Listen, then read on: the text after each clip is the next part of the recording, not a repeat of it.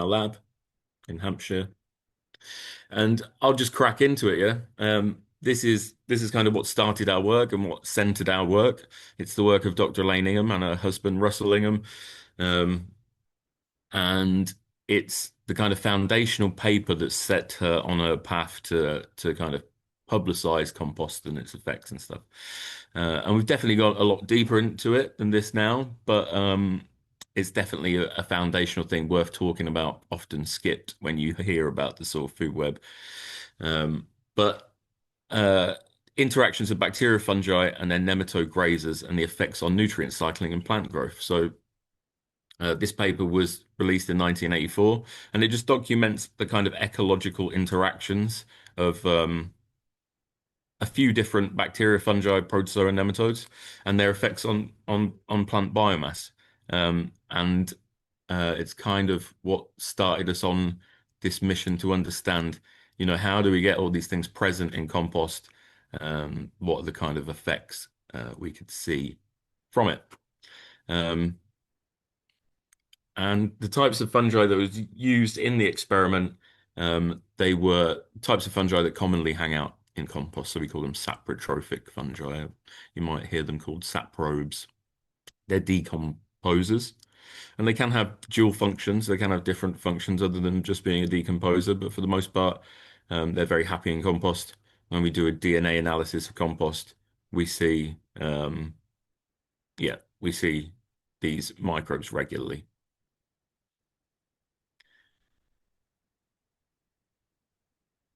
And the important thing from her work that the study goes into, or her whole career kind of looks at, is the rhizosphere soil. So the soil around the plant roots, where carbon is being delivered from photosynthesis, and it's being channeled into the root system to select for different microbes to do different functions.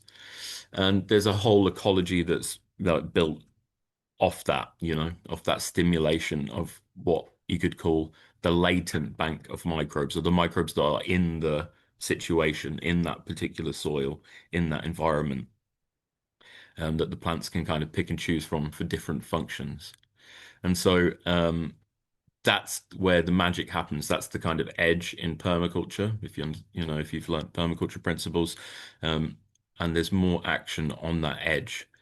So that's where all the magic is happening, really, where the carbon flow is.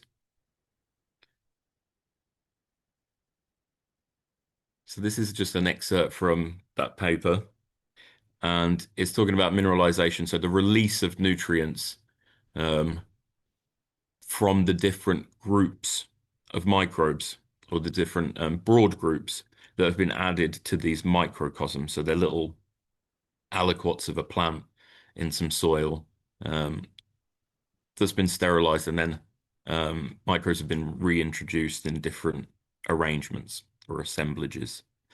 And on the side, you have this P, PB, PBN, and PF. This is just the plant and bacteria, the plant, bacteria, and a nematode.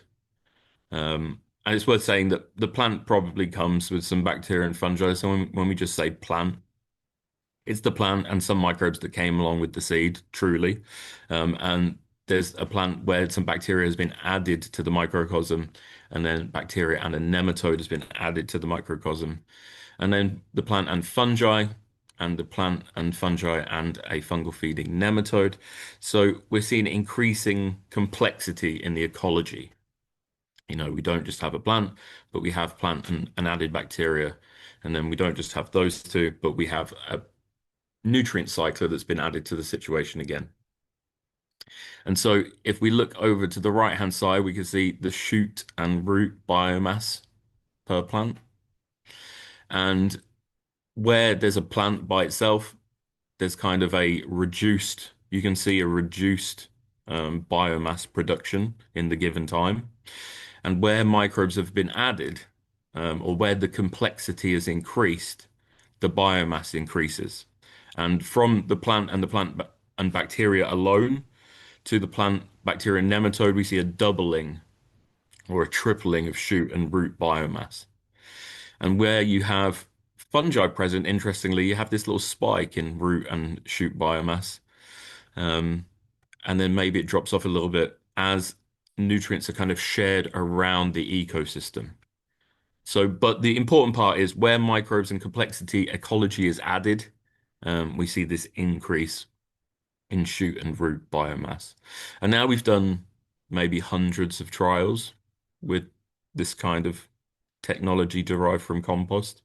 And 98% of them, we see an effect that is very similar to this. It's quite applicable for growers in horticulture that are using substrates that are quite sterilized, that are maybe not carrying a lot of life. Um, and the most bang for your buck seems to be seed treatment. So we'll go into it in a bit, but putting this biology directly on the seed. So as the rhizosphere, the roots grow, the biology can self-replicate with the growing plant. And there is greater mineralization and greater acquisition of nutrients from this kind of passive ecological nutrient cycling. So this works from complex organisms eating simpler organisms and taking on too much nitrogen, too many nutrients that they don't need for the amount of carbon that they do need.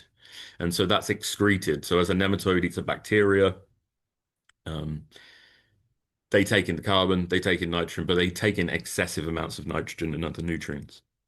So that needs to be excreted. And that raises the minerals in the soluble solution. So it increases the amount of ionic nutrients that are mineralized into the soil solution.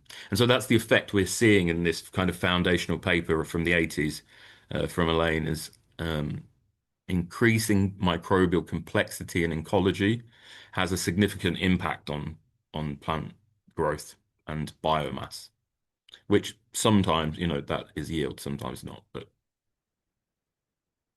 so in the part of this experiment where um, the part we just looked at was unamended. So that's in unamended soils with very low amounts of nutrients. So where complexity of the microbes increased, they just added the microbes. There wasn't any added amendment. There was no added resource. It was just what was in the soil.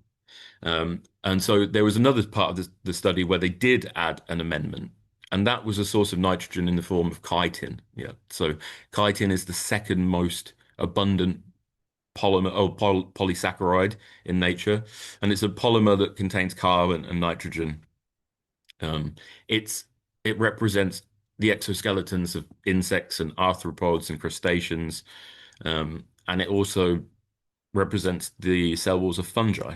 So it's a very abundant polysaccharide in nature, and it contains nitrogen. And so that nitrogen from that organic chitin that was added to the little microcosm, I think it was added in the form of just ground up crab or shrimp meal, something like that. Um, it represents the background chitin in the system. If you don't have that chitin, then the nutrient cycling is limited because there's nothing to cycle, right? So this works ex well with organic amendments. This works extremely well with speeding up the mineralization of organic amendments or terminated cover crops or something like that. But in this experiment, we're talking about chitin. And a little side tangent. We have a place, a research facility. It's one of I think it's the longest running in the world. It's called Rothamsted here in the UK. But over in the States, they have one that's similar called the Illinois Research Facility. It's a long running agricultural research facility. And there they designed a nitrogen program in the 80s, I think, and they were happy with it. They started to roll it out into the real world. And they rolled it out into 70 farms around Illinois. And they found that 30 or 33 of those farms were non-responsive to synthetic nitrogen. So there was no yield increase with added nitrogen. And so, it begs the question why. They've just spent a decade dialing in this nitrogen regime for the farmers in their area. They roll it out and it doesn't make sense in all the situations. And so they look into it and I think it takes a few decades, and by 2007, they come up with chitin was very abundant in the areas where the bagged nitrogen was non-responsive. There was another source called we broadly group it as amino sugars, but chitin was also there. So it was acting as a kind of long-term slow release nitrogen in the environment, and it was coming from fungal biomass. It was coming from insect and microarthropod biomass, right? So it's being cycled from the biomass in the soil. I guess you could say that maybe some of the other sites weren't so well off, the soils weren't so good, they're more degraded. They they'd already consumed this um, background amount, of nitrogen in the environment and in the organic matter, and they'd run out of steam. And so, in that situation, the synthetic fertilizer gives a response. But where there is nutrients to be cycled, um, they will not, the microbial machine, the microbial ecosystem will cycle those nutrients. And so it's an important point. You need, some nutrients to cycle. And so there's a night and day difference between where the chitin is amended in the experiment where it's unamended. Um, Microbes can do a certain amount. They can some microbes, not necessarily. Yeah, I mean, some microbes can make available minerals directly from the bedrock, and they can do it quite quickly. But it definitely works very well with the added organic matter input. And we like to help farmers do it based on soil testing. So whatever you need, look for organic sources that contain that spread bulk amendments to add that particular nutrient that may be missing or nutrients, and then use biology to kind of speed up its decomposition in situ. And so, yeah, you can see from the graphs a very steep increase in shoot biomass um, with that extra nitrogen. So, will you benefit from using compost extract? I'll go into a little bit of what our R&D process has been, and what we've been, the different technologies we've been using, and yeah, beyond reasonable doubt, now I can say that you'll get a huge amount from using compost extract, especially if you put it on seeds. And by the end, hopefully, we'll make it to the end of the presentation. We'll have enough time. And I'll talk a little bit about species-specific composts, which I think it's an incredibly exciting thing for me that kind of emerged from the data. Um, and it makes a lot of sense when applied to annual vegetable production. It makes a lot of sense when applied to any production, really, but especially with the annuals, um, and how we grow them, the kind of culture of agriculture, and how it's kind of it's cut off from ecology in many instances, even if we're doing our best job. Um, cool. So we used a test that's been developed by a company called Biomakers. They're I think they come from Spain originally, but they're in the States as well. They work with DNA analysis, and we can look at DNA and we can apply it to different crops. Um, so um, our kind of biggest target for our kind of R&D is agriculture, and it's mainly wheat, barley, and grass. Because if we can help grow that in an ecological fashion, then we do, we hit a lot of hectares in the UK. We grow a lot of grass here. And so the biggest changes can be um, achieved by basically learning the ecology of grass. How do we grow grasses? A lot of the UK countryside yeah, it's those two arable crops, wheat and barley, or maybe small amounts of rye and other crops like that, oats, and lots of pasture. So if you can help wheat, then it's a big thing. Um, and so we applied our product we make, and this is a product we've made from a standardized composting process. It mainly uses wood chip, it uses coffee grounds, and it uses hay. Um, and that is kind of a standardized recipe I've made. It's probably going to change a little bit as we scale up, um, but it achieves what we're looking to achieve, and it achieves it every time. Um, and so We extract microbes and the fully decomposed material from that, and we use it for seed treatments. Um, so we treated wheat seeds against a control group, and we had three replicates per group. And then we looked at the differences in the um, biome of the rhizosphere. So in the roots, where the microbes are hanging out, we're looking at the DNA, and we're seeing differences between um, the treatment group where we've applied this microbial ecology we've cultured, and a control group that didn't get that. And so this is kind of what we can expect, the good compost that has, nematodes and protozoa and active fungi, not just all inactive, not just mulch, like a developed ecology, often not the kind of compost that you can purchase, but that you kind of have to make, or traditionally anyway.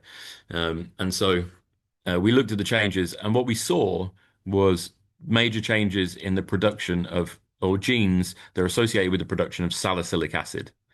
And that's kind of deeply related to drought resilience. If you look in the scientific literature, you'll find lots of references to that.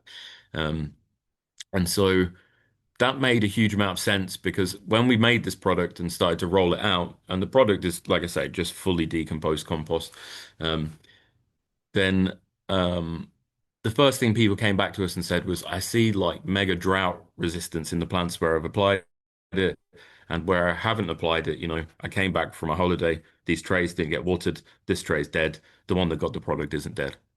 And so that made a huge amount of sense to us. And this probably hints at one of the pathways that's being achieved by, or maybe two or more. Um, the next one is exopolysaccharide production. So this is stuff that makes sticky things and makes soil hold more moisture, allows it to hold more nutrients. Um, and so they're polysaccharides produced by the microbes, and we saw nearly a 90% increase in these genes. Um, and we modeled this experiment on wheat going into a drought. So we modeled it on drought conditions. Um, And we also saw major changes in genes associated with insecticidal agents. So, where we applied the product, there's fungi, there could be bacteria that are carrying genes that are going to control insects. So we're going to get some insect predation.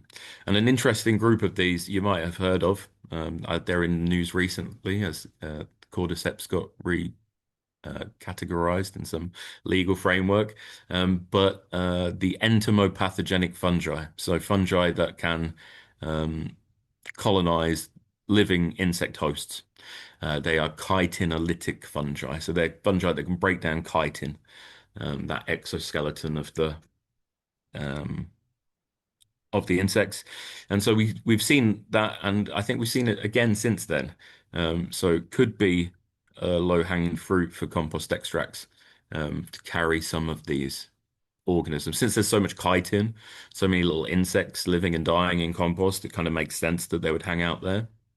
Um, and then because the soil gets more sticky, it gets better at holding its moisture. It becomes more resistant. The plants become more resistant to heavy metals, or salinity is another one that comes up a lot. So adverse conditions in the soil are buffered by the biological activity. So yeah, more life, more ecology, more organic matter to a certain extent. It buffers some of these negative aspects to some soils that we are inheriting. And so after getting told that the product is, it's achieving drought resilience and seeing under and our initial trials, um, DNA telling us that there could be different pathways that are achieving that. I did another trial where I just directly measured soil moisture. So I got into soil meters. I got some aerometer tensiometers, which are um, they are kind of like a tube that you fill with water, has a ceramic tip. Water is drawn across the ceramic tip by capillary action when the soil dries out, and that creates a kind of vacuum and pulls on a pressure gauge. And so it kind of gives you an idea of how much pressure the plant needs to um, uptake water. So I used that to dial in the soil, and then I calibrated another moisture meter. And so I had two different moisture meters basically. I took lots and lots of measurements, and with just one treatment to seed and one treatment to the soil, and we're talking about very, very small amounts per surface area. So this one was 1.5 mil of compost extract per meter squared. So that's tiny, right? It's a tiny amount. Um, it was even hard to, you know, apply because, you have to figure out how we're going to like mix this well enough into a body of water and get it into the experiment. But anyway, um, yeah, we saw as we go into a drought, we see the control group that didn't get the treatment, only that 1.5 mil of life and organic matter, um, dried out dramatically faster, right? So it would have been more stressful for the plants. The life, even though so small, buffered that, and it must be because it's kind of self-replicating in the environment, I would say. It's not necessarily just the effects of that 1.5 mil. I would say it's greater, and that's just two applications, or one to seed, one to soil. Could I jump in with a couple of quick questions from the chat, Dan? Yeah, Adam, That's meant great to to see be that. meant to I be want to Dan, just, but yeah, I was just say that small amount of millimeters of water that applied across thousands of hectares is pretty huge. So in the light of recent flooding, that's massive in terms of soil as a solution. absolutely, yeah, the implications at scale are massive. Yeah. And then just a couple of clarifying questions from the chat. So one is the original sort of ingredients of this compost extract. Am I right that that's just it is just basically really refined, good homemade compost? So this is going to say, and if you've got soil, Yes, got your compost soil that's health been intact, it's something that's filtered to renewable. 0.4 of a mil. Yeah, Yeah. it's been filtered to 400 microns. So it's like incredibly filtered. It's fully decomposed organic matter, and within that is contained a complete microbial ecology, um, with lots of different tiers and like a savanna with grass and cows and bison and zebra and buffalo and Mhm. you know So wolves basically and talking lions. about this is the potential of just um, healthy soil from good compost and good Yeah, basically the potential of life on to create Earth these results, to help which is us a lot. out. Yeah, which is a lot cheaper than the sort of chemical paradigm of agronomy and Yeah, and this is just the initial effects of a single application, not this combined with good practices over years, yeah, that's the important thing. It's going to be exponentially um, good over a few years, I would imagine, if you can remove disturbances. amazing. Yeah, and then there's just one other question about like bound up phosphorus, and I guess goes for nitrogen as well about that, Yeah. about how that needs biology to release it again. And yeah, if you have any sort of how does this relate to that as well? How does that free up the Yeah, bound so up? phosphorus, yeah, is it's you need biology to release it, yeah, in one way or another through different interactions. So um there's different broad ways to categorize um microbes, right? Mm, We've already grouped them as kind of bacteria and fungi and protozoa and nematodes, but we can group them as saprotrophic, so they're decomposed, symbiotrophic, so they are symbiotic, or pathotrophic, so they're pathogens, right? They attack plants, and there are kind of all different combinations of those things. mm, So it makes it nice and complicated. Um, but for the most part, the compost ecology is solubilizing phosphorus through simple. Elaine calls it the poop loop, right? Just predator-prey interactions, creating more little micro manure packets in the environment, which adds to the soluble solution. Yeah. And then there's the symbiotropic microbes that are actively working with the plants. And there is a kind of handshake or an intelligent conversation there where the plant is like, I need phosphorus, or it manipulates the environment to culture a microbe. The microbe helps release the phosphorus, and the microbe gets carbon usually in return or some other resource. And so, yeah, that's the two main mechanisms of the kind of traditional model. And now we know within the last decade or so, there's been much work done with the process of rhizophagy by Dr. James White and his team. I think they're at Rutgers University, I think. And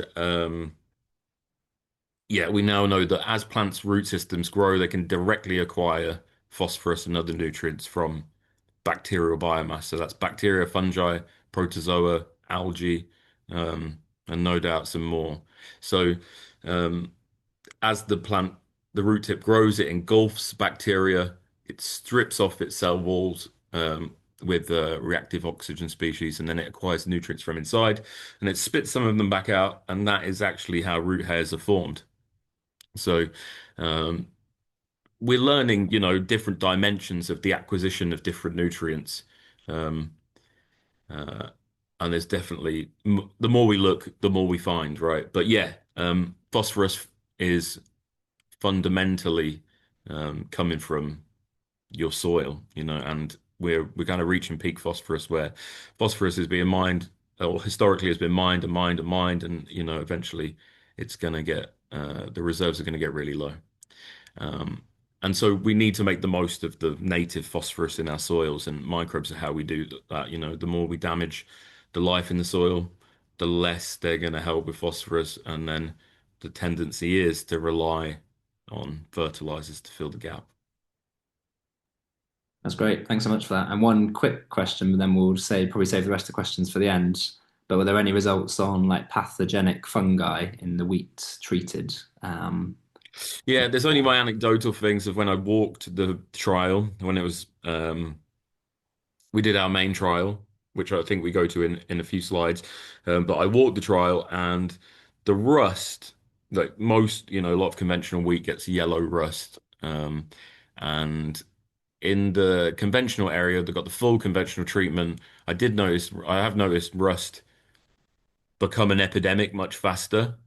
In our system that didn't get the synthetic um, fertilizer and didn't get the glyphosate and stuff, um, the rust seemed to be controlled, right? It was there for sure, but it didn't sweep through the population at like an alarming rate. And so that's something interesting I've seen with wheat. In other crops, powdery mildew definitely seems to be quite treatable with this kind of biology, or at least you can make the plants more resilient for longer into the season. Stuff like cucurbits and cannabis. So yeah, um, definitely some suppression going on, and without the good fungi, usually you get more ecological niche for the bad fungi to hang out. Sometimes is true. So um, yeah, you can definitely use it to suppress pathogens for sure. And I think that's where we need to go instead of all the rescue chemistry that gets used and fungicides, because they obviously inhibit the growth of these things, and that, as we've already demonstrated, impedes production. They say yield is only lost, right? It's not, you don't gain yield, you only lose it. And so using fungicides and glyphosate is losing yield, even though it's very convenient. It's yeah, it's not ideal. Cool. Hamish, should we just crack on with the presentation or Yeah, any that's more great. questions? Yeah, we'll add. I'll just add up the rest of the questions for the end because that's yeah, that's great. Cool, yeah. Nice.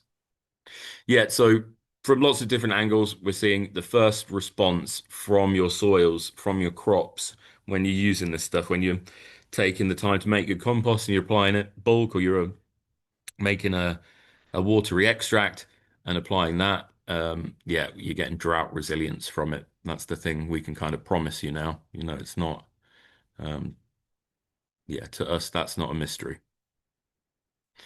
And so this is our first conventional trial. I think this was with barley, yeah. And yeah, pretty sure this was with barley, yeah. And so the whole field got compost. So our farm is a compost site, and it's a farm, or the farm we're on. It's a greenway site in Hampshire, and it's a farm. So the whole field got big, thick layer of compost, kind of layer of compost that most arable farmers can't apply, but Robert's got a green waste facility, so he can. And so the whole field got that. Conventional practices were done for conventional one and two. So that is, I guess, around 200 kilograms of nitrogen and some fungicides and some glyphosate. And for our biology, and this was just the early days for us, I think it was 3 or 4 applications of biology, and no fertilizers, no glyphosate, but still the same compost that was spread everywhere else. And then the control, obviously, none of the conventional and none of the biological treatment. So it was just the field with the green waste compost. And so this was the very early days for us, but a field's kind of scale of, these different treatments were tram lines in a wheat field or a barley field, sorry. And so um, this was really cool to us. We didn't really have it dialed in like we wanted it. But you can see biology 2 there is very close to conventional 1, and it didn't use a whole lot of stuff. Now, obviously, we didn't use the glyphosate, so we did have a weed burden. We did have that. Um, so it didn't look like, farmers want farming to look, but it was fueled entirely by bacteria, fungi, protozoa, and nematodes, rotifers, tardigrades, whatever else was in our compost extract. So it's quite interesting to see it there against the control for what it's worth with no agricultural inputs. And, as we get deeper into soil degradation and more extreme climate, the conventional becomes a whole lot less exciting. When you have to pay more money and you may get massive losses, you might be more versed to pay less money and get less losses trying to build soil. And in fact, that is what a lot of the data is telling us to do, even from the conventional farmers. Um, so yeah, after our trials, we started talking to the kind of first responders in the kind of scene, and one of them was Mikey Barton. He was in Scotland and he did this trial on pasture, where they had 5 different treatments and then 5 different management practices. So it's kind of a hodgepodge of different stuff there. It's like a checkerboard pattern. You can kind of see it in the image. Obviously, the vertical columns look more obvious than the horizontal ones, but they are there. Um, and I'm not going to remember all of them, but the important ones have been noted here. Yeah, so we had goop, which is the name of our compost extract, or the colloquial name, and NPK. So that is some kind of liquid NPK from a bottle, I think, in a kind of blend of something like 20. And then we had seaweed, which is becoming very popular now. Lots of people make seaweed. Obviously, gardeners have always talked about seaweed. And control, they got nothing. And so this is the biomass um, in kilograms of dry matter per hectare. Yeah. So, and there was a big drought happened. So again, we're talking about very small amounts. We talk about 1.5 mil or something, 2 mil per square meter. So that's very, very tiny amounts. And we're seeing the pasture produce more biomass than uh, synthetic fertilizers and a common biostimulant that's touted and used. And, they don't look a whole lot statistically different to the control. Now, obviously, there's not a lot of treatments, there's not a lot of replicates. And so this isn't a scientific study, but it was a cool indicator to us that something's going on that aligns with all this all this previous research and all our own trials and out there in the real world. And obviously, this is microbes now that are grown out in southern England, and this trial's in Scotland. So there's a big bioregion difference there that we might expect. I don't know, might stop it from working. You hear people talk about that, like if I get microbes from this company and I use them over here in this environment, people are very skeptical whether that will work, and like they should be. There's a lot of snake oil being sold, and a lot of products that aren't don't have much substance to them. But this kind of gave us an idea that maybe that wasn't too much of a concern, at least, and that it was applicable. And we definitely see we've done studies in a nature reserve um, in Israel. We've done DNA studies in UK fields. We've got. I'll go into some papers later. These microbes are kind of ubiquitous all over the world, and there are different strains that work in different conditions for sure. There are yeah, different bioregions that harbor different things, for sure. But they are very applicable to lots of different conditions. And so this was the different treatments. And so the interesting ones to us were the soil. This just stands for soil food web. That's our product. And I think this was direct drilled, or the seed was direct drilled into the pasture with the seed treatment versus the NPK, 11.5% increase in total nitrogen in the soil than where NPK was added. So the soil food web is unlocking some, nitrogen from the background organic matter. Potentially, again, not so statistically robust trial, so just a farmer's trial.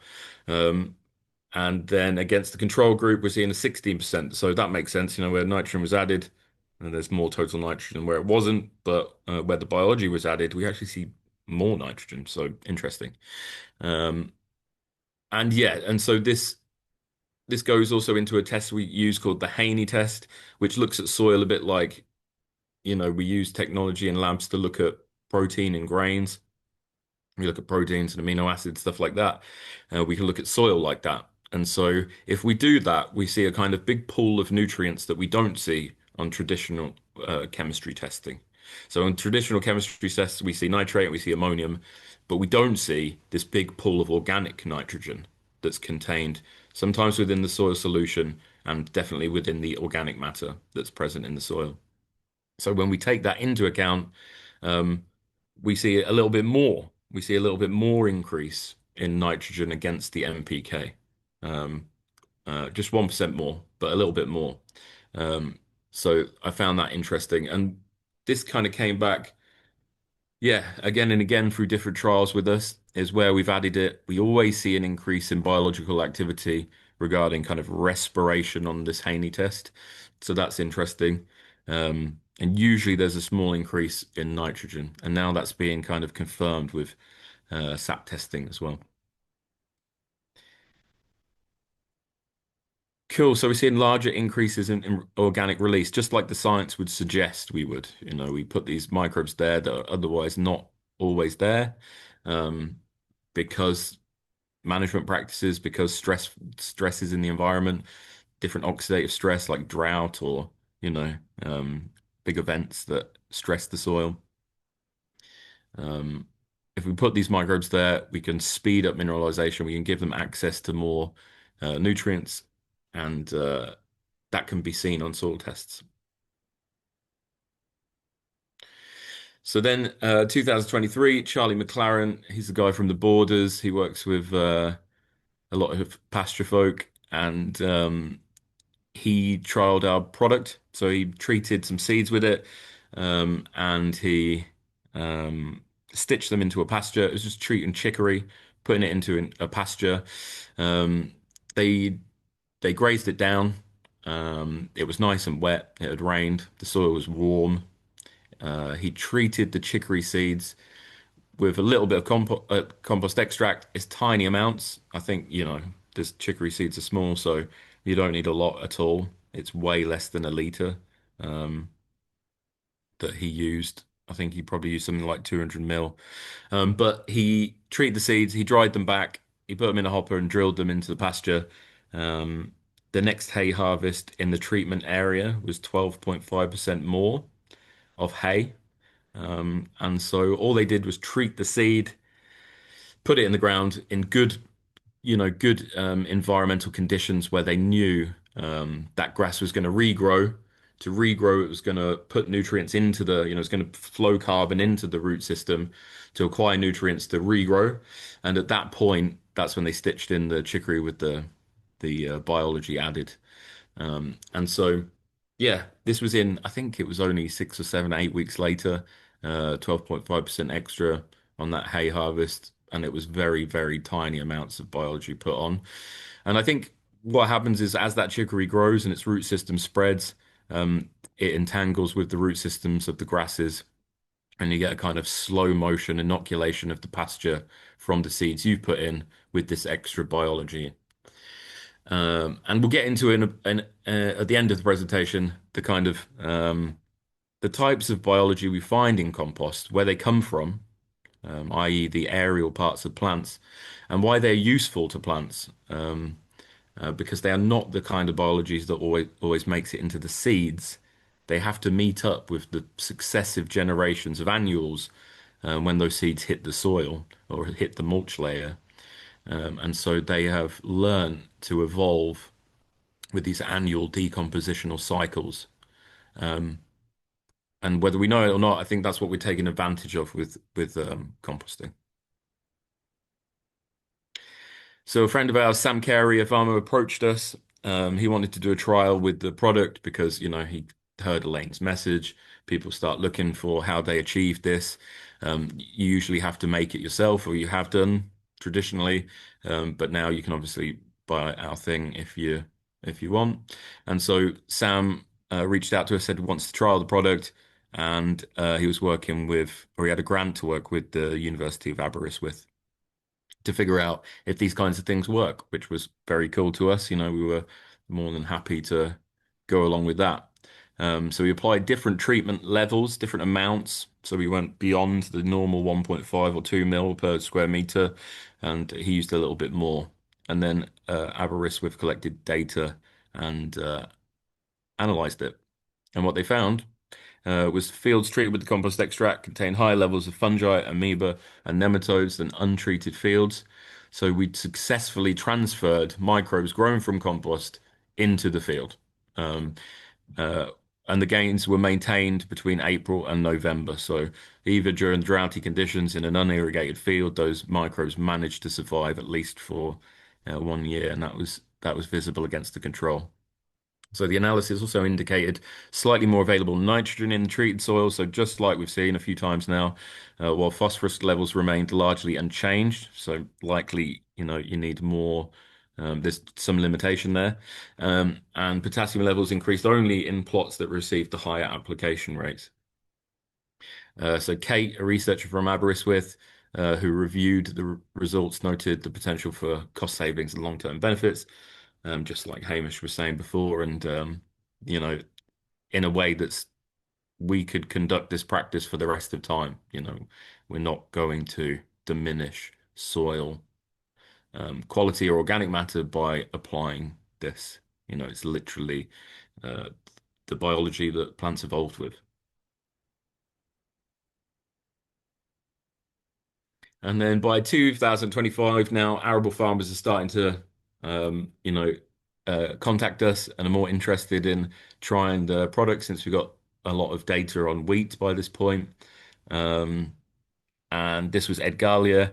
He did a control group versus a treatment, and a treatment with goop and a pre-emergence glyphosate application, and one with no pre-emergence glyphosate application. And so you can see the control group over here on the right side, this is the yield in tons per hectare, 5.8 and 6.4 respectively of the fields. Like, yeah, this is fields. And then, yeah, where the goop was applied and there was a pre-emergence, so before the crop comes up, glyphosate was used, there was still a slight increase in yield. But where no glyphosate was used, there was a much greater and consistent increase in yield, I would say. And so that he also said he noticed that in the field, so visible differences in the crop. But um, yeah, so it's telling us that, glyphosate, as we know, is an antimicrobial. It's not good for life on Earth, definitely plant life. That's why it's a herbicide. And so um, it has a stunning effect maybe on biology. It impedes the rate at which the crop can get access to nutrients, and so it's taking yield off. It's also so if you damage those soil microbes, yeah, they're not gonna perform so well. But if you come in afterwards and add new microbes that haven't been hit by that chemical, then it's a way of remediating that soil. Just like an analogy would be, you get an infection, you use antibiotics, you damage your biome, but you use some kind of inoculant to kind of remedy the imbalances in your biome that were caused by the damaging antibiotics. So yeah, that was an interesting study to us, or an interesting trial, because it kind of, yeah, it hints at obviously that we cut out the herbicides, we cut out the fungicides, the effects are going to be greater from biological applications, which makes complete sense. Quick question, Dan, what was the rates that the application rate of litres per hectare that would you usually This be? one was a very small one. Yeah, again, it was actually, yeah, I'd have to find out for you to know for sure, because this is one that Daniel was more involved in than me. Right. So What would they usually be like on a, what would you sort of recommend on a typical project?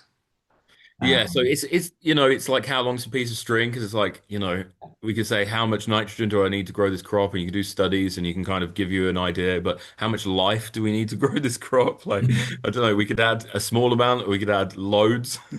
And I guess it's an economic decision at that point. But the best I can give you is that minimum of about what 1.5 to 2 mil per square meter. yeah. And if you were to make this compost yourself and devise a way to mechanically extract the microbes into a liquid and then deliver that to the hectare, Mhm. with we seem to be looking at around between 20 and 40 kilograms of extracted good compost per Mm. hectare gets the result, right? You go below 20 and there's not so much effect, right? The effect drops off quickly. You go above 40 and it seems like there's not much more effect. So somewhere between 20 and 40 kilograms is a very practical amount of good compost to use or Mm. extract for this kind of desired effect.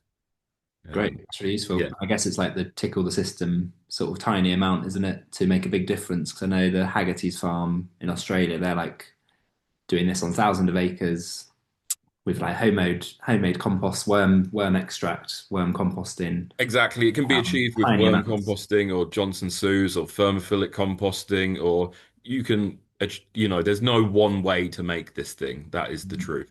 You can't stop decomposition from happening, but Mm. yeah.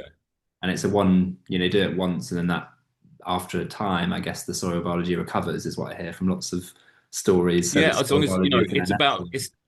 it's just thinking about disturbances, and whether that's humans or drought or flooding or something, you just got to think of those events and how they're going to affect stuff. And yeah, for sure. If you regenerate soil to a certain level, theoretically, maybe these products don't have so much effect because Mm. everything is already there, right? Everything's already permanently there.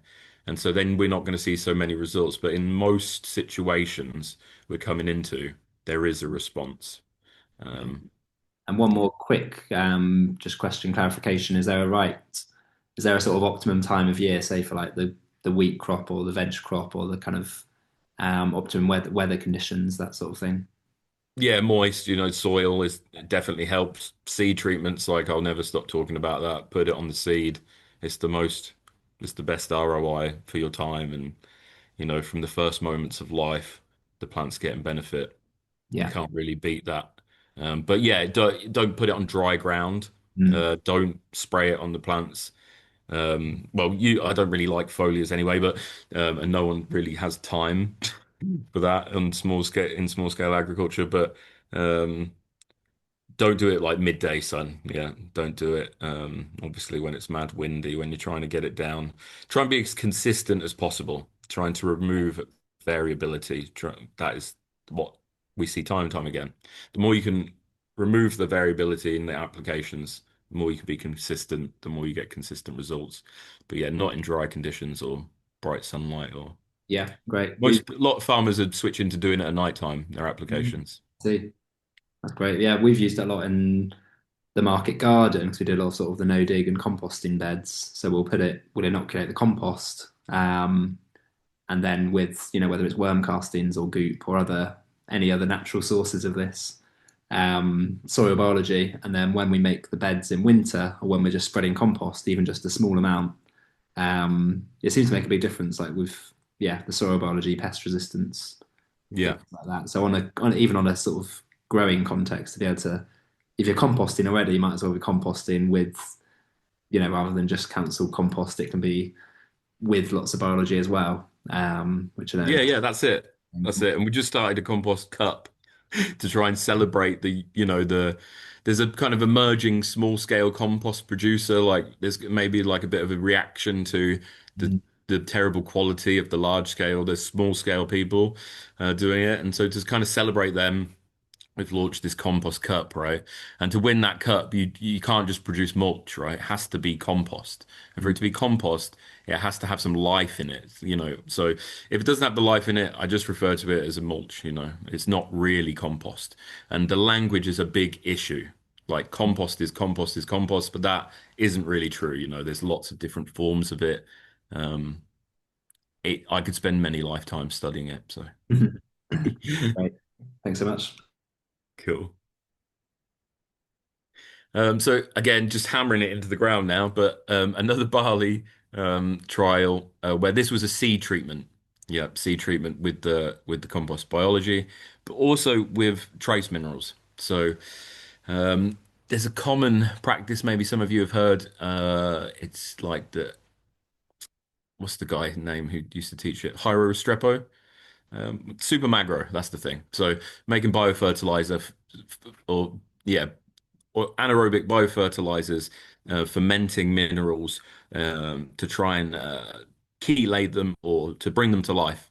Um, and so, after playing around with the soil biology or the terrestrial ecology that we grow out in compost, we tried a biofertilizer. So, um, the kind of concept is um, trying to put nutrients, specific nutrients, into microbial biomass, right? So bacteria in this case. And we just used lactobacillus and yeasts. And so, yeah, so the control group that's got a rectangle around it there, you can see that. And then this is where the goop was added. Um, yeah, one part in three parts for the seed treatment. That was it. So one part goop, two parts water, I think. And then this is where extra microbes were added that carried specific nutrients. So they were adding trace minerals, boron, iron, manganese, copper, zinc, molybdenum, cobalt. And so these trace minerals are usually, if we do a soluble soil test, there's very commonly lacking in degraded soils. And so we put this with the goop, and it was 1 to 1 to 2. So it's 1 liter of goop and 1 liter of biofertilizer. We call it living feed, but it's like living minerals, and 2 parts water. And so that's 1 liter of compost extract, 1 liter of minerals, um, 2 parts water per ton of seed. And so I think there was a something like a 40% increase against control where the goop was added, but where the trace minerals were added too, which I think are helping enzymatic function for the microbes in the plants. So, microbes have enzymes like nitrogenase. It means they can fix atmospheric nitrogen. But if they don't have iron and molybdenum, then those enzymes they may work, but at a reduced efficiency. or they may not work at all. So um, by adding those commonly missing elements, we kind of increase the functionality of the toolkit that life has. And so molybdenum is a great example because it's one part in 2 million parts that are needed. But if it's not there, there's no nitrogen fixation. There's very little nitrogen reduction. You know, nitrate can't become proteins very easy. So for a conventional farmer who's no, putting on 200 kilograms of nitrogen per year, you know, if you're not putting on molybdenum, then that you're not getting high nitrogen use efficiency. You know, unless you have loads of molybdenum there or enough molybdenum there already. And so these kind of efficiency nutrients are incredibly important. And I think growers will become increasingly aware of them as data comes out to the public about nutrient density. However, we might want to describe that. We might want to describe it as mineral density, or we might want to describe it as like levels of polyphenols or medicinal compounds. And I think the truth is maybe a combination of those things. Um, but yeah, where these trace minerals are more abundant, um, life has more tools to use to acquire stuff, and I think that's what we're seeing here. So a combination of the ecology that we've just grown out spontaneously in this compost recipe we've made, and minerals that are commonly lacking. And this is maybe really easy for you to do and very, very cheap for you to devise your own seed treatments like this. And they can be kind of tailored to your environment, you know, because you know with a bit of testing that your soil lacks cobalt. Um, and that's what's important to add for you. But you know, everyone's situation is going to be different. And quick one, how would you practically apply, say, you had a molybdenum deficiency with Yeah. cobalt? What are the sort of main roots of that, I guess, like sort of Yeah, it's a good point. So cobalt, you know, it's like cobalt sulfate is very cheap, but it's cobalt is a bit of a toxic thing. So we only need it in very tiny amounts, of course, like the dose is the poison. It's not necessarily the substance that's dangerous, it's the dose. So you can get cobalt from algae, you know. So cyanocobalamin is often sold in shops. It's a source of cobalt, but it's from algae. Um, B12 contains cobalt. So as an organic farmer, you might not want to buy cobalt sulfate, but you might be happy buying a bit of food grade B12 and spraying that on the plants. I mean, putting it in the soil with the compost extracts. Um, yeah, so it's incredibly important in B12 biosynthesis. So um, yeah, cobalt's important. So cobalt sulfate is the cheap thing. The idea is if you put it into the biofertilizers, we're creating it, you know, we give it a carbon source, maybe a nitrogen source, some other minerals. We set the stage for it to become life. And when it becomes life, it's no longer cobalt sulfate, right? And so what we're adding then to the plants is not the mineral sulfate, but it is the mineral sulfate fermented. And hopefully we would, you know, we hope that it's become bacteria with carbon and nitrogen and iron and manganese and blah blah blah. And so that's what we're kind of trying to do with this. You might hear this term chelation. It comes from chlor in Latin, and it's just like wrapping the nutrient in a substance that may or may not help it enter a plant. So glyphosate is a chelator. It locks up trace minerals, which shuts down the immune system of plants. But fulvic acid in compost that's 2 years old, you know, that's a chelator that helps carry substances across a membrane. So this word, you know, it sounds complex, but it's not complex. You know, and we're basically, if you look at the simple stuff like cobalt sulfate or copper sulfate, they're the cheapest things. You'll find chelated versions of them where a substance has been added, where it's more expensive, but you can use less because it's more biologically available. But I think the end goal of this is if you can get it into life before it hits the plants, then it's formatted in a way that's best for the environment and it's contained within the language that the plant fully understands, right? So don't be scared of minerals. Don't be scared of them. They're not, you know, whether they're synthetic or not, it doesn't really matter. They're not, you know, it's just about using them correctly, I think. And if you've got a deficiency, then I think it's always best to, yeah, respond to that, or you're going to deal with efficiency issues. And that is not, not good for your production. So, um, but yeah, there's definitely natural places we can look for these things. Because I know on a small scale, we don't want to buy chemicals if we can get away with it. And on a small scale, maybe we can get away with trying to harvest it from the environment. So there's a guy called Nigel Palmer. He's got a great book. He's looked into some different ways to prepare different organic substances and he's catalogued it with some lab testing. So that's a good place to start. There's a lot of scientific literature out there about what nutrients reside within what organic matter. And so there's a lot of, there's a lot of information out there to help you in your individual environment to try and gain some of these nutrients from the environment around you instead of buying a sulfate or for molybdenum, it would be sodium molybdate, um, which is a mined substance. So yeah,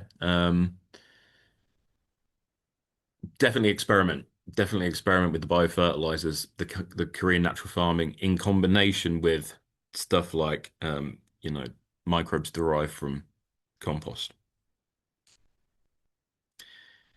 Was that a question? Did I answer that?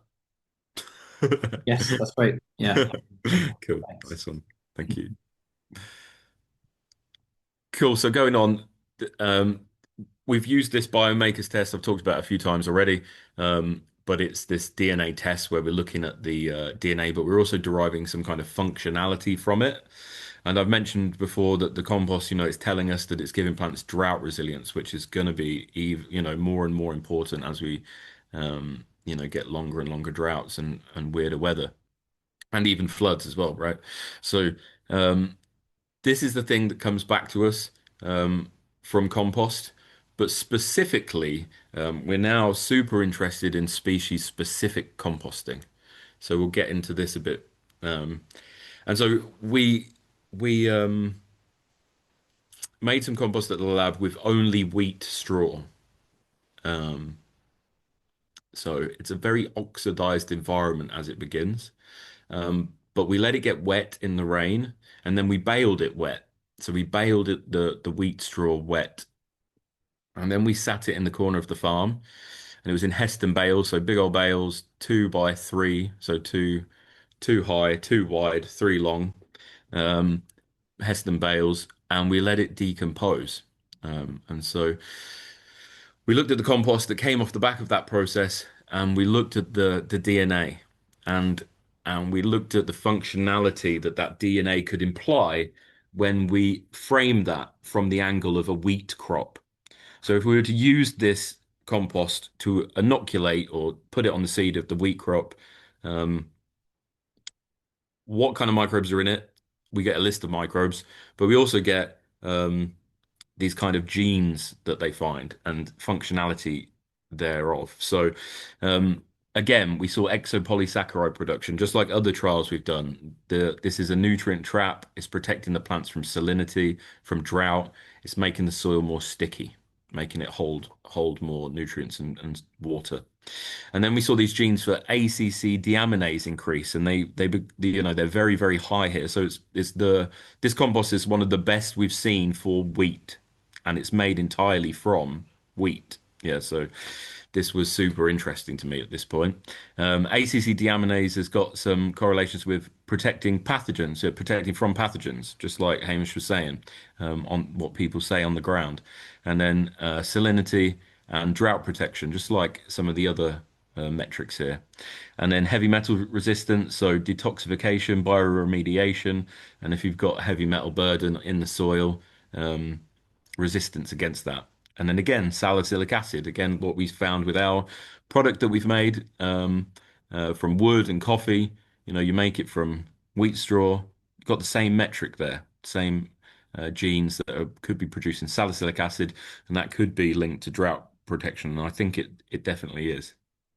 Uh, Again, salt tolerance, and then abscisic acid, so growth regulation, plant resistance, and increased yields. So all these things are very high or high. With so polysaccharides going back medium, but if you did 10 samples, you probably see it at medium to high.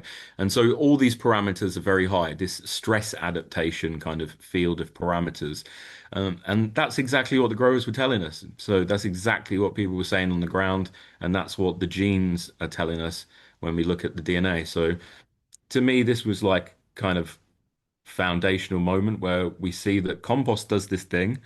It does this thing for stress adaptation, but species specific compost might do it better, right? Might be even better because the microbes contained within it are derived from the wheat biome, and the environment, selected for by the environment, but from the wheat biome. So super interesting.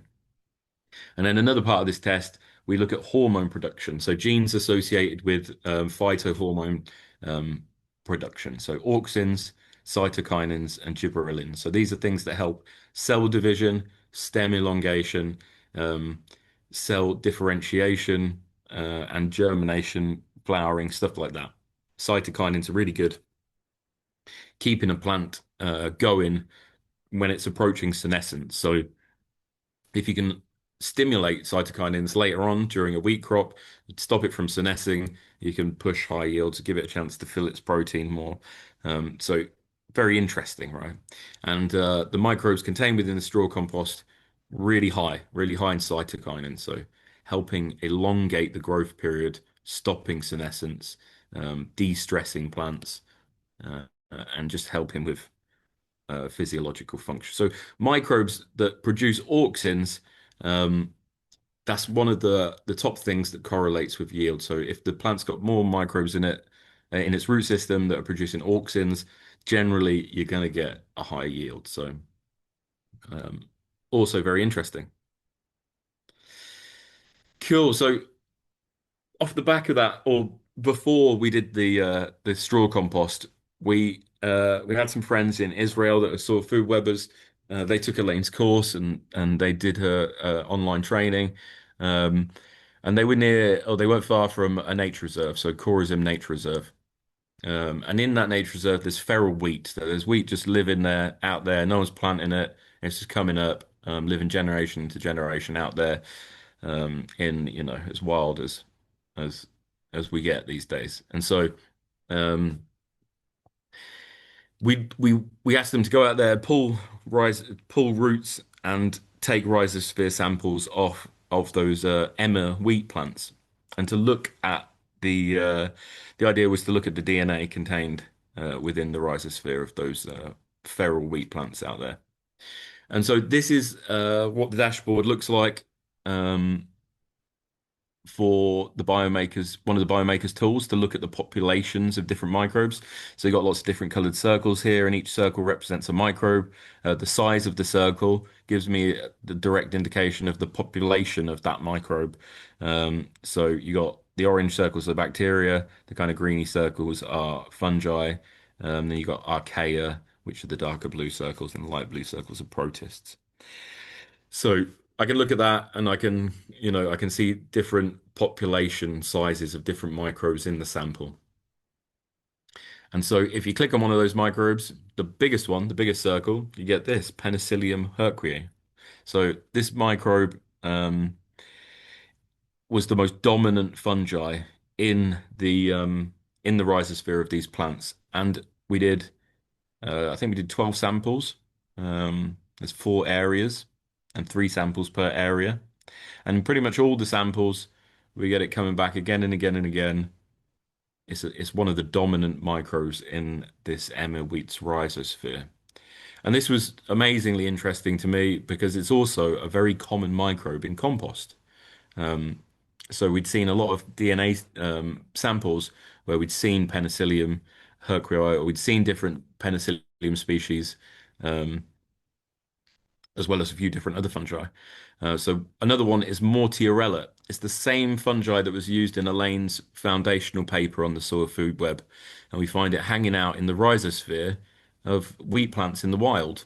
We look at the wheat compost. We also see it hanging out in the wheat compost.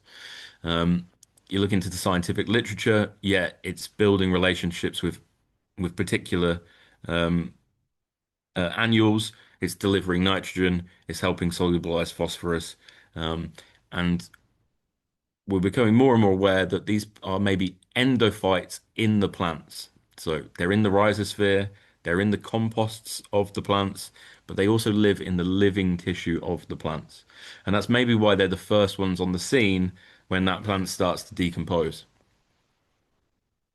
And again, different area, same penicillium, another area, same penicillium species.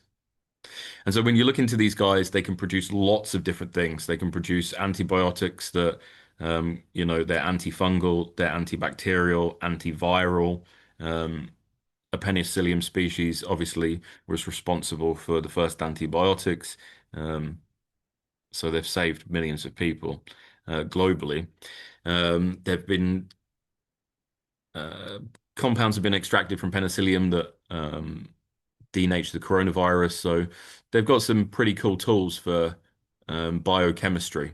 And it's likely if they are living in some kind of symbiotic relationship with the plant in one way or another over its life cycle and through decompositional cycles, um, then they have a vested interest in protecting that plant from other microbes, and they have the tools to do that. So again, Um, here's another one. We came back to the UK and we started talking to our network and we're like talking to farmers. We're asking them, have you got any wheat straw compost? You ever left any bales to just decompose? Um, and we find a few different straw composts from around the country, from Lincolnshire, from different parts of the Midlands. Um, and um, we do some DNA tests on that. And again, we find a major or the biggest population within that compost is a penicillium species. So whether you're in Israel or whether you're in Lincolnshire, in the compost or in the rhizosphere of the wheat, when we look, we see this big signal that penicillium are usually hanging out around that situation. And so this was the idyllic setting that the straw lived in while it decomposed over the course of 2 years. Yeah, and again, we see stacked hormone production coming from this compost and the same kind of parameters as we saw before. So then this same year, a paper came out titled Constellation of the Endophytic. So endophytic just means within plants. Mycobiome just means fungi within the biome of plants. In spring and winter wheat cultivars grown under various conditions. So this was a super cool paper to me because you only have to read the abstract to see um, they looked at different microbes, different fungi within the wheat biome, and they found penicillium, they found cladosporium, and they found sauercladium. So different fungi, all happy in compost, all hanging out as endophytes living within the wheat tissues. And this was in Poland, right? So whether you're in Israel, whether you're in Lincolnshire, whether you're in Poland, you got penicillium hanging out in your wheat crop. And it's likely, obviously, not just wheat. It's lots of different annual crops. Yeah. So to me, this was another cool moment where I realized, this isn't just a one-off, right? This is something that's a consistent thing. And then another paper, I think it's the same year, was it? Yeah, same year. Also looking at wheat and wheat's wild relatives in exactly the same place as we were, basically, or at least some samples came from Israel. The transmission mode and assembly of seed fungal endophytes. So the transmission of which by which the microbes move from the body parts of the wheat plant into the seed. And what they found was um, that there was a greater diversity of microbes in the stem and the leaves than that which made it into the seed. So that tells me there's a lot of microbes that work with wheat and hang out with wheat that live in the aerial parts of wheat that do not make it into the seed, right? So they have to transmit to the next generation of seed somehow. And they do that by decomposing the desiccated wheat straw that's standing there, or the crop debris, the crop residue, right? So in its natural cycle, wheat grows, it dries out. Now it's a standing straw in a field. Eventually, some rain's going to come and that straw's going to wet out. And that microbe that once was an endophyte, a microbe living within the living tissue of the wheat plant, now recognizes the wheat is dead and it wakes up and it gets to work decomposing. And so it's got all the tools to do that. It's a fungi. It's got, enzymes that can degrade the materials around it. Um, but it lacks nitrogen in that environment.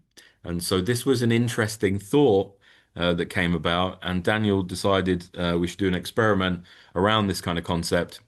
And that's what we did. So this is kind of how wheat straw compost came about. It's just bales stacked. There's Frida, our microbiologist for scale. And so we put it together and it's just wheat straw, right? So it's got a carbon to nitrogen ratio of about 80 something to 1. So for every 80 something parts carbon, it's got 1 part nitrogen. And we know that because we tested it with a lab in the UK. Yeah. And so we put it there and slowly over time, it got hot. It got hotter and hotter and hotter, but it doesn't have any nitrogen in it, right? It doesn't have much nitrogen in it at all, at least from the lab tests. And obviously it's straw, so it's lost its nitrogen. It's not hay. And eventually it gets up to 50 degrees C. It gets up to 55, it gets up to 60 degrees C. And so now it's thermophilic compost, but we didn't add any nitrogen, right?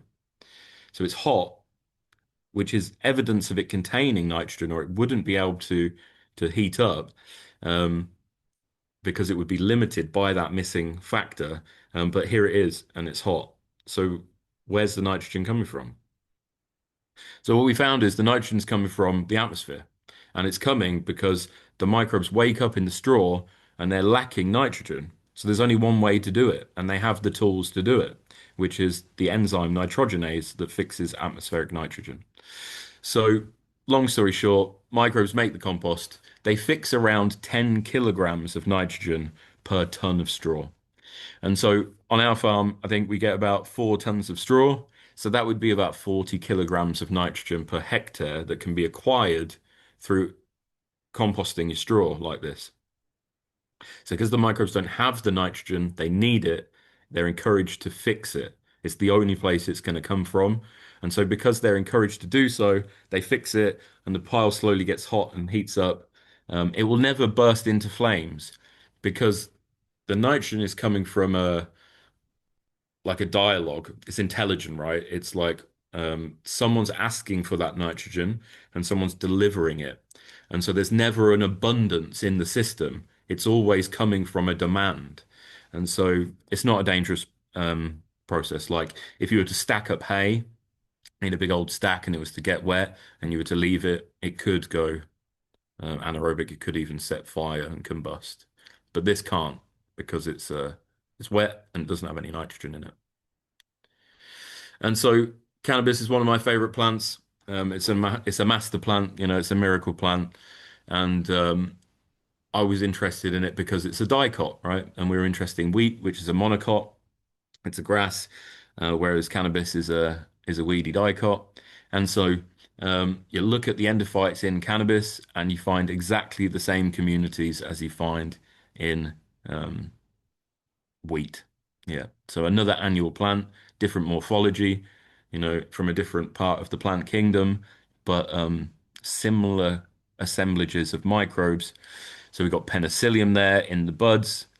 We've got penicillium in the leaves, in the petioles, in the stems, in the roots. And so, yeah, it's not just wheat that holds these microbes. These microbes have evolved with the annuals. They grow within their living tissue. Once they're dead, they decompose them back to the soil. They meet the next generation, and they kind of feed back environmental um, information, yeah, from the environment, from the climate to the plant.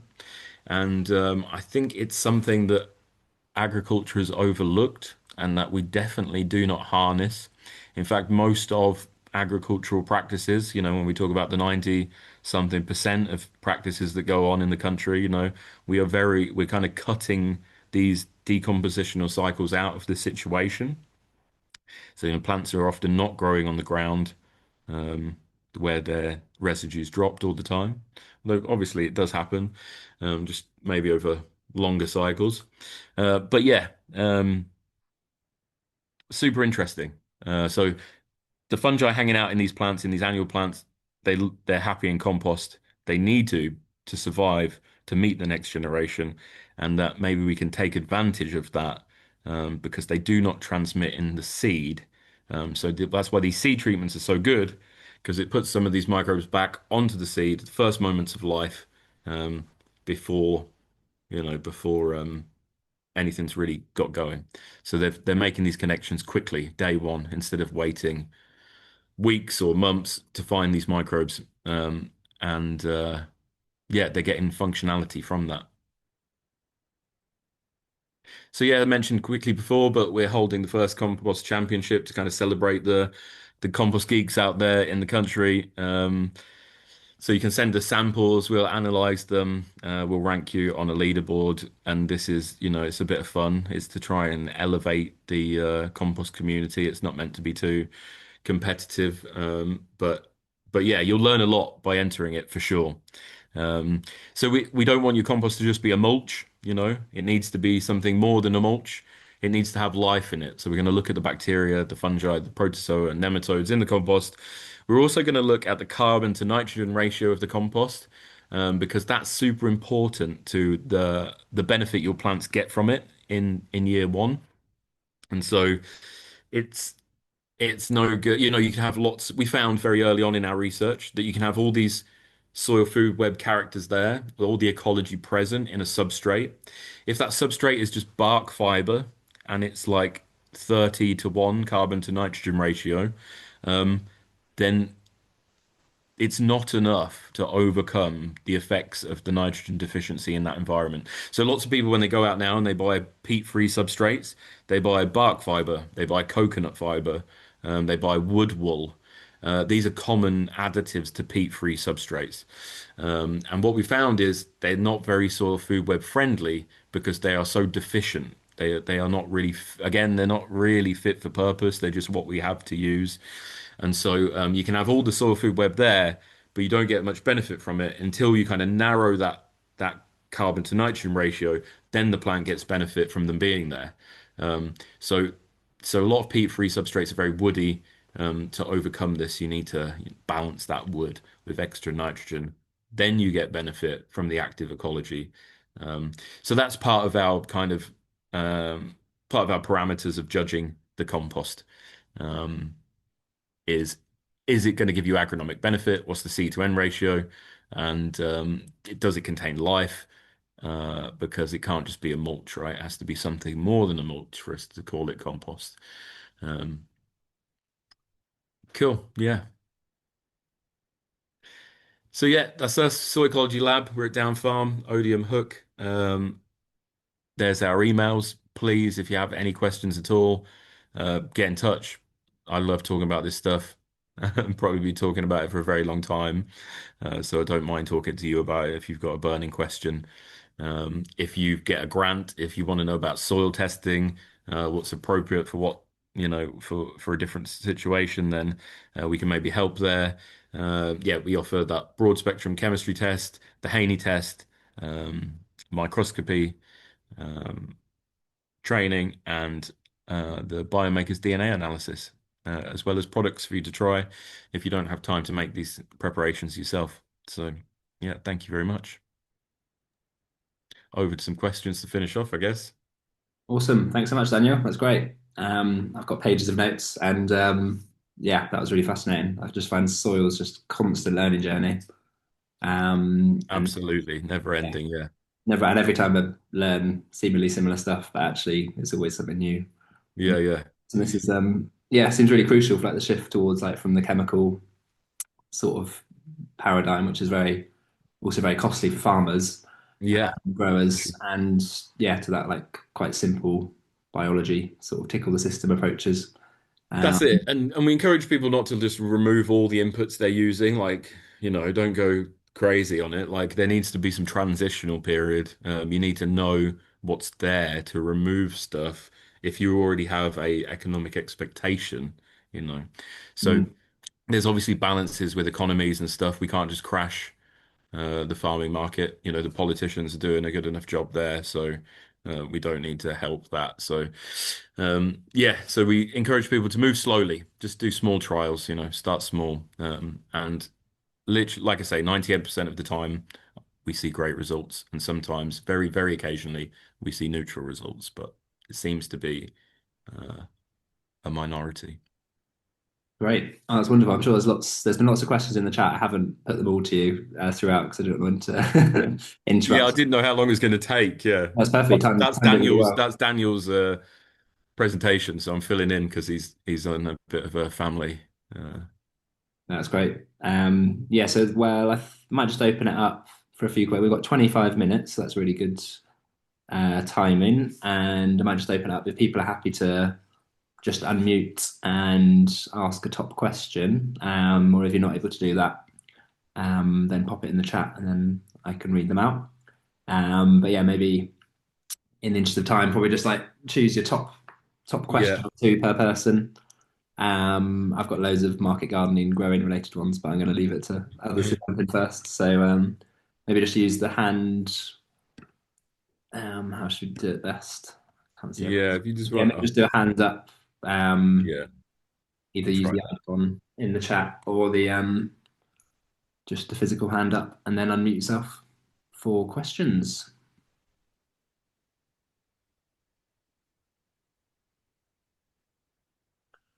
Claire's got a question. Go for it.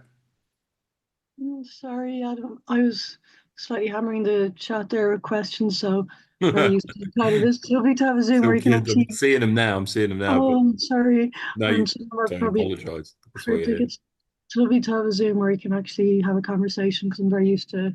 You're probably like yourself, ones where there's a million people and you can only use the chat to communicate. But yeah, I'm Yeah, really trying to wrap my brain around the DNA um and how that all works. And yeah, I do have a lot more learnings too. I know you encountered Diane Wall from the Global Soil Observatory. She's the only person I've really encountered that talks about DNA. But I'm just really curious how the percentages of the DNA is that like the DNA from the different organisms, and then yeah. We're looking at yeah. So looking at the DNA of different genes, basically looking for different gene functions.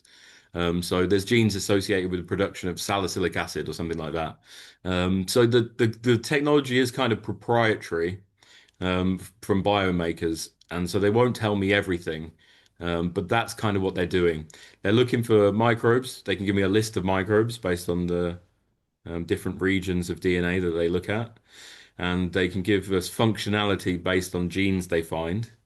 And if those genes increase in hits, then they can imply that there's a population of microbes growing with that gene that does that job.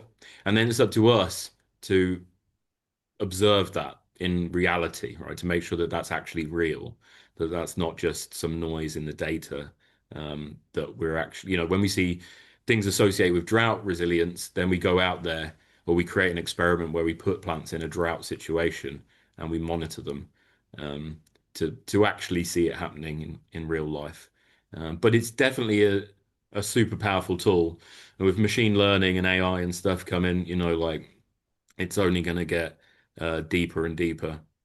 Um, like yeah, their kind of question was around. I'm a bit obsessed with the whole issue of phosphorus and legacy phosphorus and rock phosphorus and yeah, the convention. When I use the word conventional, I mean kind of like standard, and I'm in the Republic of Ireland, so you might be a bit more advanced in England on this, but right. what I know, it just tends to show the plant unavailable phosphorus.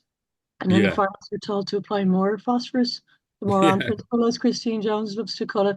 But then the biology can, it's the biology that's missing that would unlock the phosphorus that's bound up through the soil chemistry that I get through that way. absolutely. Yeah, yeah, So are you finding, and I know there's a lot of, sorry if I'm being a bit geo-specific, in Ireland we have river catchment systems. I know you probably have similar in England as well, but there's groups really looking into this legacy phosphorus because of all the pollution instances of it, and how Mm. then are you finding that the biology is able to kind of unlock, and I'm sorry if this is simplistic, but kind of able to unlock that bound up synthetic phosphorus that could be in the soil from decades and decades of application.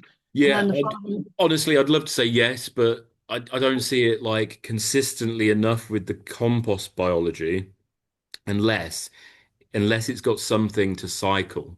Like if you spray it on something that's spread, like you spread a source of organic phosphorus and then you spray out the biology, yes, they'll release that phosphorus faster, but the actual like mineral phosphorus reserves in the soil, whether they're there, because of historic fertilizer application or just the native phosphorus, I think stuff like mycorrhizal fungi are better, but yeah, again, it bypasses the testing.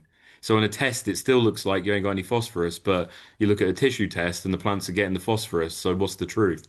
Well, the truth is the plants, right? The plants are getting the phosphorus. So where's it coming from? It's coming from a, a fungal pathway that we can't really see. And unfortunately, those products are really, that it's hard to find a good mycorrhizal product that works with arable crops. I'm sure they're out there for Ireland and the UK, but I looked at a lot more, and I'll do sample after sample after sample. I see not even one propagule in like 10 drops of the product. You know what I mean? Like, so I don't. There's a lot of snake oil out there, I think, and so it's hard for me to give you practical information on where to go get those mycorrhizal fungi. But if we can use them, then they're definitely gonna help. Well, I mean, yeah, that's how the plants get it, right? well, In the SAP nature is analysis would kind of give you a better indication of that than the soil test, yeah, would it? sap and tissue. Yeah, that's it. Last Just to question. because that I'll trumps the soil test. Yeah, steady. I'll keep this super fast. Are you using cover crops, like winter yeah. cover crops, or are you intercropping the wheat and barley, say with like red clover or other crops like that? And Yeah, our so, farm. I mean, I call it our farm because we're on it. It's not our farm, so it's just a purely conventional farm. Apart from he's got a massive compost operation. So, but no, the first responders are definitely doing that. Yeah, like a lot of the wild farm boys are trying that. Yeah, Dan Green is a farmer close to me that's a proper geek about it, so he's trying that stuff. But no, I haven't. I'm not an arable farmer, so I don't have a lot of experience there to share. thank you so much. And I don't have the floor too much more. And I know there are people had questions, but thank That's you all good. for Thank you the for unreal coming. presentation. I'm a student with soil food web as well. So, Nice. Yeah, cool. Well, if you've got any questions in your journey, then just throw them at that email. but But I it's, have a friend that's actually doing DNA work, and I'm trying to get her into the world of soil and out of her lab in university. So, yeah, um, definitely the future of it. Yeah, it's gonna teach us a lot, I think. I think people check out Diane Wall and the Global Soil Observatory if you haven't heard of them. My No, I friend, haven't, and I will. Yeah. they're based in the US, but yeah, definitely Diane Wall's amazing. She's just like Elaine, she's just powerful American woman. Yeah. Yes, thank Passionate. Thank you, Claire. Um,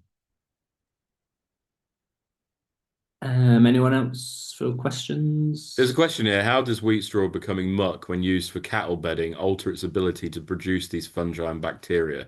And it's a great question. It doesn't, like that is something I probably should have said during the presentation and I forgot is that that's the other pathway that the straw becomes soil is that a goat eats it and it comes out the back end as a manure pellet.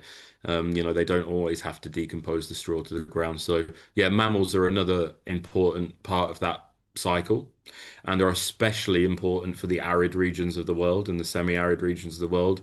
And a lot of the UK is becoming semi-arid during times of the year. So yeah, definitely getting the cattle and the sheep and goats, they do not stop that process for sure. Um, a lot of these endophytes, they've evolved to survive the guts of these animals, and it sometimes just activates them. Sometimes they have a stage in their life. They can be like a plant growth promoting microbe, a plant endophyte, they could be a pathogen to a mammal, and then they could be a dung saprotroph. And you can imagine how that series of events unfolds over evolutionary time, right? They live in the plant, they get eaten by the cattle. They like their host, the plant, so they create a toxin that pisses off the cattle, and then they're a dung saprotroph when they come out the back end because they have to survive. So, these cycles are yeah, part of evolution. So they're very logical when you think about them.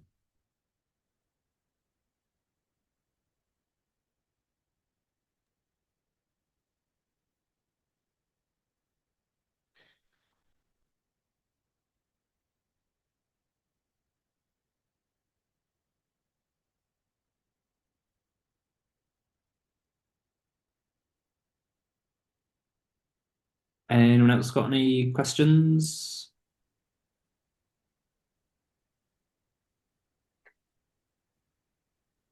I can jump in with a couple of not. This is sort of I'm still scrolling and reading, but yeah, I'm a slow reader, so nice. if you've got a question, go for it. I guess for the sort of like market gardening and horticulture end of things, Yeah.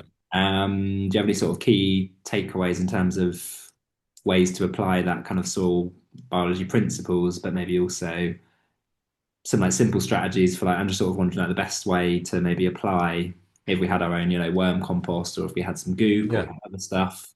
Yeah. Because we've done it in compost piles into like green waste, which has made a big difference.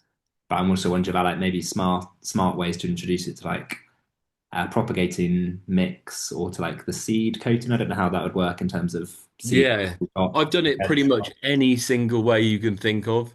So I put Yeah. the seeds in a tray and put a little mill of compost, like, so first of all, we make the compost extract with food grade 25-liter bucket, right? That's what I use. I try to tell people not to buy the B&Q floppy buckets. They're really bad. I get a good bucket that's not going to there's decent plastic. And then a whisk on the end of a drill, basically. You could just use a stick. We use at work, we use a plaster mixer. And so you t just turning the drill or the plaster mixer down to the lowest RPM setting, so it's as gentle as it could be, and then you're whizzing about 5 liters of compost in 20 liters of water or something like that, just less than 20 liters if it overflows. Um, and you're just spinning it with the plaster mixer or the whisk on a drill for 30 seconds. And then you can strain it through a pond filter. So that's a 400 micron or zero point 0.4 mil pond filter. And then you have a liquid, right? You just have a liquid with microbes in it that you've detached from the compost. And then you can treat seeds with that. So I've sprayed it on seeds with a spray gun. I've put it in a tray, put the seeds in a tray, put a mil of the liquid in there so they soak it up. I've put them in the module tray and then I've hit them like that. So the first watering in the substrate in the module tray is just compost extract. All these ways seem to work the same. There's no, so it's just whatever works. I think when you're making your module trays, if you just like the first water that goes in there is some compost extract, then that's quite easy. Um, for arable, they use centrifuges. So they spin the seed in a centrifuge and then they drop in the extract and then it goes to the outside and covers all the seed like that. So you could make a weird device for treating your seed if you're an engineer. Um, yeah, a good point is trying to get it through compaction is important. Often you arrive to a site and it's very compact. I've seen this a few times now. People come to a site, they make a no-dig market garden, they put green waste on the pasture, and then it's quite a compacted pasture, and the compost seems to fail to integrate with the soil, and you have this compaction layer. So if you can go through and make a hole through that compaction layer, I have like this like granny bulb auger, like you put on a drill, and you can just drill through the compaction. And then you can mix the soil that comes out, you can mix it one to one with compost, or you can mix a bit of compost into it, or you can just pour compost extract into the hole. But what you're trying to do is get biology under the compaction. Because without you doing that, that takes a really, really long time for them to relieve compaction like that. And the kind of Yeah, it's like above 200 psi, and they're not like plant roots are going to find it hard. Most plant roots are going to find it hard to get through that. The odd plant, the odd specific species will be able to do it. And so, yeah, if you can get them under that compaction, they might be able to alleviate it faster. And that's so yeah. I walk across the beds and I drill out holes in a kind of grid pattern, and then you can backfill it with compost or put compost extract into it or something like that. That seems quite useful, and doesn't take too long. Mm. And then, yeah, they're the best two, I'd say. Yeah, Seed brilliant. treatments, Yeah, I love module that. tray treatments. We're Yeah. thinking about how to get it into like because we use a lot of sprinklers and overhead irrigation and timers, so how to Mm. just a simple system for it to go into that watering system. Yeah, so for that, I we use a sand separator because because compost by nature just has a lot of sand in it. You just can't seem to get, it always has some grit in it. So if you can use a trash pump from Screwfix or B&Q, and these trash pumps are quite cheap and they've got a big opening and they don't damage the microbes. And so you can use those trash pumps to pump the extract through a sand filter and it gets the sand out and it leaves the microbes in. So if I was going to constantly run it through irrigation, that would have to be a consideration, or it would just be really annoying very quickly with your irrigation pipes filling up with sand. Yeah. Yeah, brilliant. Yeah, sand filter. And like I say, with our goopy stuff that we make, 1.5 mil per square meter, we're not talking about huge amounts for the effect. Yeah. So you don't have to like pour through sludge through the irrigation. It can be quite watered down. Yeah. It could be quite regular and watered down. And if you can deliver that, then it's not going to block your pipes. It's not Mm. going to build up biofilms. It's going to be plain sailing. Don't try and put too much through the irrigation though. Yeah, brilliant. Thanks, that's so useful. And there's a quick question from Lawrence on the chat, and then we'll go to Josie after that. So, from anything you can do to help microbes in wood chip flourish, or will it happen passively? Yeah, it will happen. They've just got the keys to the kingdom there. It's a bit like the straw compost. I mean, we haven't demonstrated it, but it must fix nitrogen.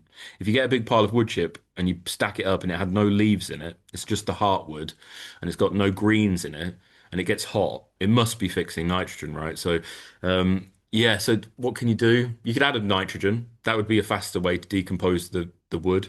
Add some green stuff and just mix it in a bit. That's the way to do it if you want to get involved and do it faster. But the microbes will do it.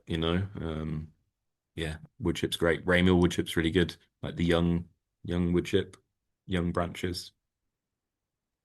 Brilliant. Thanks so much. Josie.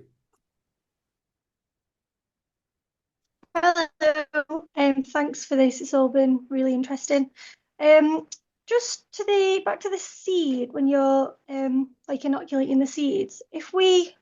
Why if we're already using quite a good compost to sow the seeds into, is Yeah. it worth spraying them full It's a good or question. anything? Yeah, it's a good question. I guess quantification of what good means is worth a go.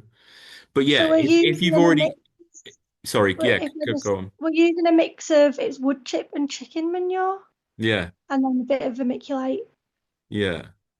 I mean, yeah, if it is good compost, then yeah, in a market garden situation, if you're drilling into good compost and all the moisture's right, then yeah, I suppose there's less need for it.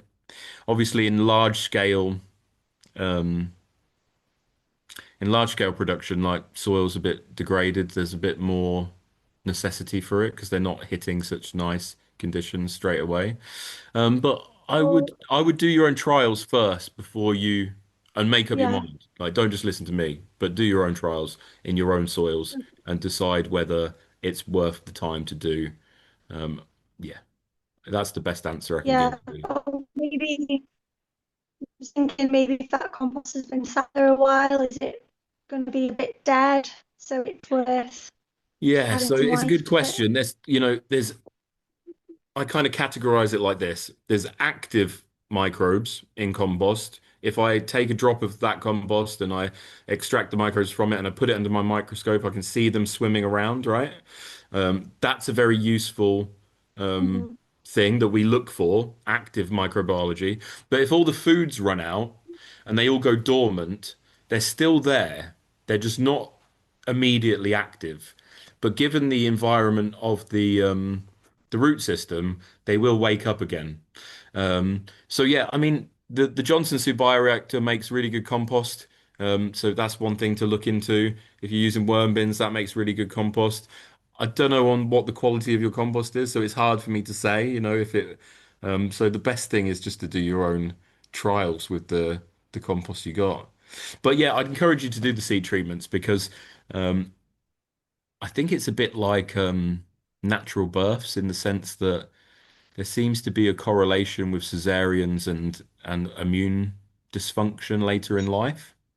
And, and Yeah. I guess there's an analogy there with putting these microbes and minerals directly on the seed in the first moments of life. It can be quite advantageous. But Mm. yeah, I mean, if the environment's already good and the soil they're hitting's already good, then these connections are being made pretty quickly anyway. So yeah, I hope that helped. Okay, great. Yeah, thank you.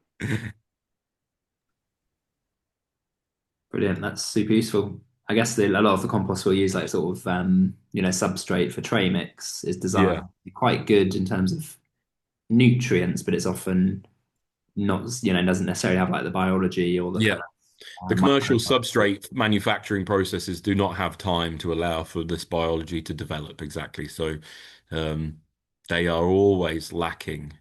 They're always quite lacking. Yeah. One Great. other good thing that's for market gardeners is something that I think would go a hell of a long way for getting the most out of your biology, whether you're going to add stuff or not, whether you're just going to use what's the native biology that exists on your site, is getting a moisture meter and understand the moisture metering. Um, because it rains so much in the UK, I think the tendency is just to think it's okay and like just to like, when you get a dry spell, you just start watering. But I think moisture metering is kind of super key for getting this right. If I see soils dry out, I see the biology fall off a cliff. And if soils get really wet, then the biology kind of shifts to look more like a pond on the microscope. So getting that in that Goldilocks zone is incredibly important for your crops, for the biology, for keeping everything happy. Um, yeah, and it's the first thing I would get a market garden to do before they even begin any of this stuff, is to make sure the watering is correct.